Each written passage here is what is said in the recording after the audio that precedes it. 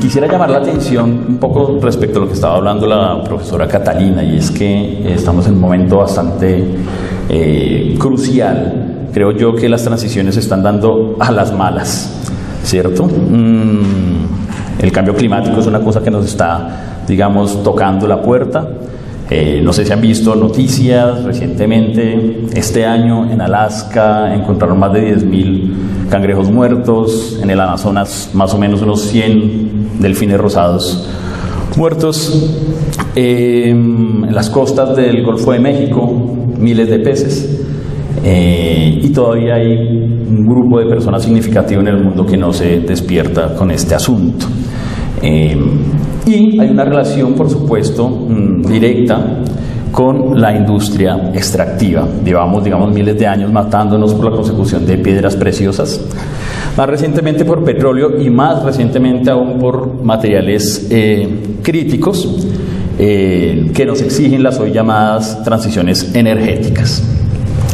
Esto que ustedes ven acá es una gráfica de la Agencia Internacional de Energía, en donde ustedes pueden darse cuenta la inversión que han venido haciendo las 20 empresas más grandes de minería en el mundo en lo concerniente a este tipo de materiales. Acá solamente puse dos variables. Una de ellas es el litio, como bien saben, para la fabricación de baterías, y la extracción de cobalto, cobre y níquel. Como ustedes bien saben, en Colombia no somos un país, digamos, competitivo, si se le quisiera llamar así, en cobre, como bien es Perú o Chile, pero sí que tenemos una reserva grande de níquel en Cerro Matoso.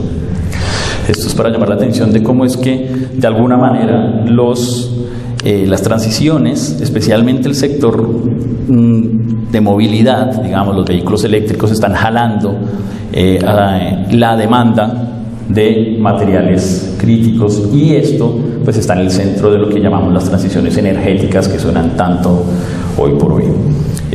Hoy, digamos, en el 2022, el año pasado, pues el sector de los vehículos eléctricos pues demandó 325 kilotoneladas. Una kilotonelada son 1.000 toneladas. Ustedes se pueden imaginar la gran cantidad de extracción de níquel que es esto, y hacia 2050 podemos estar estimando más o menos unas 3.772 kilotoneladas de níquel. Si alguno de ustedes ha estado cerca de Cerro Matoso, pueden saber qué es lo que significa esto. En este momento hay una pelea muy dura entre el sindicato en Cerro Matoso y la empresa, porque han aumentado, digamos, la jornada de trabajo y están en unas condiciones bastante bien precarias en su trabajo. Ahora bien, digamos, esto era algo introductorio para centrar la discusión en lo que para lo que a mí me invitaron. De esto que acabo de hablar, ya les va a hablar de pronto un poco más el profesor Eduardo y Rosa María.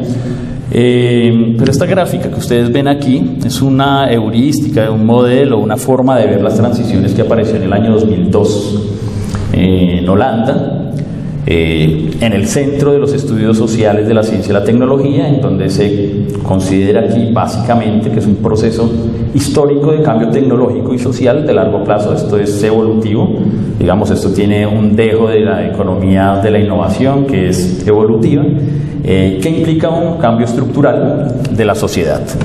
¿Eso qué significa? Que hay un desencadenamiento del cambio de las rutinas, de las reglas de juego, de las redes económicas, la cultura, la infraestructura y la vida material en general de una sociedad determinada. Lo que supone este modelo es que en esta parte, que son los nichos tecnológicos o nichos de innovación, hay gente que se centra en producir innovaciones, ya que hay un régimen que está constituido por cultura, infraestructura, política, y que determinadas cambios que pueden haber en el paisaje global, por ejemplo una guerra como la de Ucrania o como el genocidio que estamos atendiendo el día de hoy en la Franja de Gaza, puede surtir algunos efectos, o por ejemplo el cambio abrupto del petróleo, de algún mineral, genera algunos cambios abruptos acá y producen los cambios. Este es un presupuesto, digamos, es un modelo teórico que tiene más o menos unos, como ya les dije, unos 20 años. Y asume, digamos, la investigación en transiciones, normalmente asume que una transición sociotécnica puede durar entre 30 y 50 años. Estas son algunas de las narrativas de la transición, no las vamos a tocar todas, aquí solamente hay 12 de ellas, tenía 14, pero pues en realidad vamos a centrarnos solo en 4, tenemos no mucho tiempo. Hay gente trabajando en las relaciones de poder en transiciones, en lugar y transiciones, en transiciones posextractivas, como el profesor Eduardo, transiciones a la sostenibilidad, transiciones energéticas específicamente, agroecológicas, gente que ha planteado modelos de ruta de transición en transiciones sociotécnicas, la gobernanza de las transiciones, gobernanza de la discontinuación y algún foco decolonial en las perspectivas de las transiciones y obviamente las transiciones justas. Esto solo para mencionarlas, obviamente seguramente a quien esté interesado en esto pues puede tomar nota y echarle un ojo a estos documentos, son bastante bien interesantes. En el trabajo que hemos venido haciendo de la mano con del colectivo de abogados, José Alvear Restrepo, a quienes estoy acompañando en este instante, hemos hecho una revisión de unos 391 artículos científicos centrados en estas 4 perspectivas con el ánimo de construir una mirada propia de las transiciones, ¿cierto? No es lo mismo hablar de las transiciones en Alemania o en Holanda, y mucho menos hablar de transiciones en contextos como los nuestros, ¿cierto? En donde tenemos que estar todo el tiempo defendiendo los derechos de las comunidades. Así pues, vamos a hablar un poco solo de transiciones agroecológicas, lo que es el pensamiento decolonial en transiciones, muy someramente, las transiciones postextractivas y las transiciones justas. Esto que ustedes ven aquí es un análisis simple de cienciométrico, digamos, solamente para señalar, es indicativo de cómo es que ha venido creciendo la producción científica en cada uno de estos campos. Como ustedes pueden notar, a partir del 2017 crece, digamos, la producción en transición agroecológica, pero tampoco es que sea mucha, ¿no? Entre el año 2021 y 2023 lo máximo que se produce son 10 papers al año, eso no es demasiado, pero los principales países que trabajan en esto son Estados Unidos y Francia. Ahora bien, ¿qué es una transición agroecológica? Después de que uno revisa algo de la literatura, esta es una fotografía que tomé en la región del Pato, en un programa prototipo de comunidades sostenibles de paz con ciencia y tecnología en el 2018, donde tratamos de impulsar una transición agroecológica de la mano con una transición energética en una zona que fue histórica de guerra. Básicamente, una transición agroecológica se refiere a un proceso de cambio sociotécnico, particularmente en el sector agropecuario, ¿cierto? En el que hay un proceso de distanciamiento basado en innovación agroecológica, distanciamiento de los paradigmas de producción de la revolución verde, ¿cierto? Que se aterrizan, digamos, en las transformaciones de la provisión de alimentos, en los modos de producción y particularmente en el cambio, por ejemplo, de fungicidas y fertilizantes, ¿cierto? Tecnología. En segundo lugar, tenemos lo decolonial en las transiciones. No es tan, como ustedes pueden ver en esta gráfica, la producción científica ha venido, pues no es un cambio tan abrupto. Ustedes se pueden dar cuenta que no es como una moda, como si ocurre, digamos, en otras de las perspectivas de las transiciones, sino ha venido creciendo paulatinamente. Aún así, son muy pocos los papers que se producen en ese campo. Estados Unidos y el Reino Unido, digamos, han venido liderando esto. Esto tiene un sesgo, por supuesto, porque esta información es recabada de Scopus, que es la base, digamos, científica por excelencia que digamos, manda la parada dentro del sistema de ciencia internacional. No quiere decir que el pensamiento decolonial en transiciones pues no esté en otros lados, sino que la forma en que ha venido siendo indexado pues nos muestra este sesgo. Pareciera que es producido más en el norte, ¿no? Estados Unidos, aquí un poco Sudáfrica, en Brasil hay algo de producción. ¿Qué es el pensamiento, digamos, de Colonial en las transiciones? Básicamente el involucramiento explícito de una forma de pensamiento que propone una alteración de las formas de gobernanza de la transición, pero que involucra la desestructuración de formas coloniales de poder, ¿cierto? Es decir, la racialización del trabajo, la subalternización de conocimientos o la subvaloración y sometimiento intencionado de un grupo poblacional específico, ¿cierto? El pensamiento de Colonial en América Latina pues tiene ya casi 40 años o un poco más, de hecho, digamos, pero la mirada en las transiciones no es tan vieja, digamos. El día de mañana hay una conversación sobre esto que la lidera la Universidad de Sussex, y hay un grupo pequeño trabajando sobre el tema en América Latina desde hace unos 2 o 3 años. Las transiciones postextractivas, esto es algo bastante paradójico. En esta base de datos se puede dar cuenta que lo mismo, hay un crecimiento abrupto de la producción entre el año 2018 y 2023. Sin embargo, no llegan a más de 14 los papers académicos en este campo.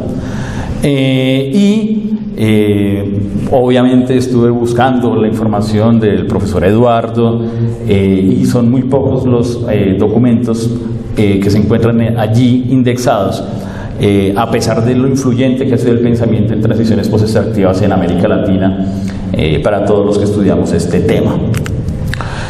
¿Qué es? Básicamente, esto que ustedes ven allí, solamente para contarles, estamos acá dentro de una draga de extracción de oro sobre un río. Es una foto que tomé en el 2018. Es básicamente lo mismo, un proceso de cambio social y tecnológico que implica la paulatina discontinuación de la extracción de las materias primas renovables o no renovables, de los que depende fuertemente una sociedad o una economía determinada como la nuestra. En Colombia, como saben, tenemos, digamos, una fuerte dependencia en 3 aspectos de los recursos naturales: la balanza, digamos, de pagos, productiva y fiscal. Buena parte incluso de la política científica depende de la extracción de recursos, pues porque de allí es que se pagan las regalías para hacer ciencia y tecnología.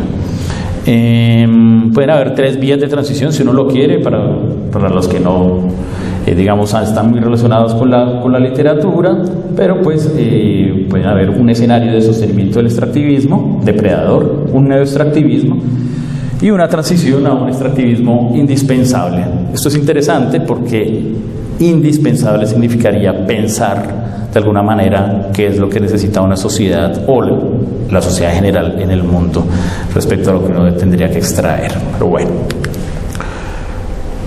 Y finalmente las transiciones justas. Esto es una locura. Si se pueden dar cuenta, en el año 2023 la producción alrededor de esto es muy vasta. El primer paper referido a esto apareció en 1998. La narrativa, digamos, empezó a tener nombre a partir de 1995, pero ya miraremos un poquito en detalle eso.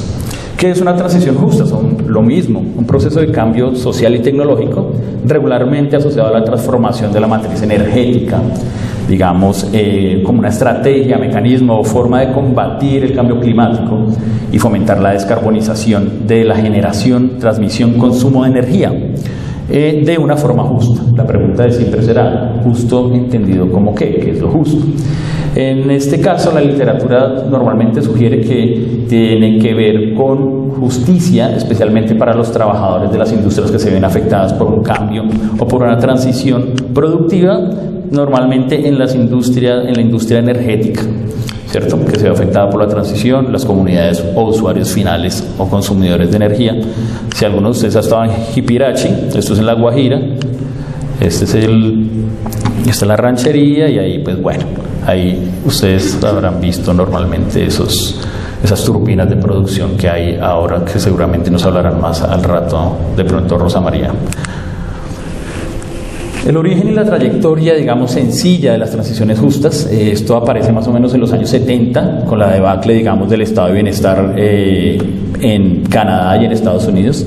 Es una narrativa que empezó principalmente por los sindicatos, Hay varios casos que están bien documentados en Australia, Alemania, Inglaterra y Brasil, digamos, como ya les mencioné, el término, digamos, en su práctica, derivado, digamos, del ambientalismo laborista, empezó en los años 70, pero adquirió, digamos, nombre en la década de los 90. Las 4 características principales que uno podría mencionar alrededor de las transiciones justas es que es un cambio sociotécnico profundo e irrevocable. 2, que se piensa siempre el qué, para quién, por quién, cómo y en dónde se produce, porque estamos pensando en balances, digamos, de distribución de beneficios en los procesos de producción energética.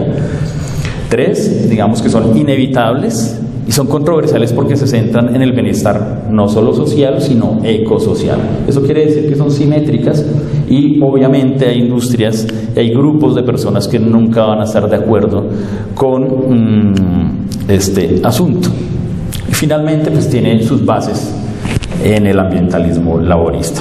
Yo dejaría ahí la conversación, si queda un poco de tiempo al final para que mencionemos algo sobre cómo está el tema de las transiciones en la política pública, pero hasta ahí creo que estaría bien. Muchas gracias.